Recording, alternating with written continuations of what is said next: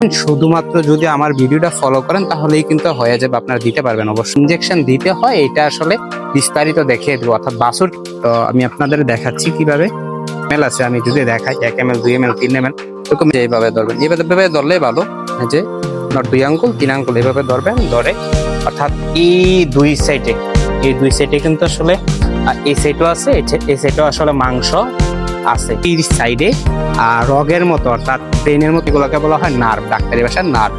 দিন আসলে ল্যাংড়ায় কিংবা আসলে অনেক সময় স্থায়ীভাবে ল্যাংড়ানো এই সাইডে কিংবা এই সাইডে, অর্থাৎ দোনো সাইডে। যেহেতু আসলে এদিকে আমি যদি দেখাই যে এই সাইডে দেখেন, আসলে আঙ্গুল দিয়ে যদি দেখাই যে এই সাইডে কিন্তু এই যে ভিতরের দিকে অনেকটাই মাংস আছে।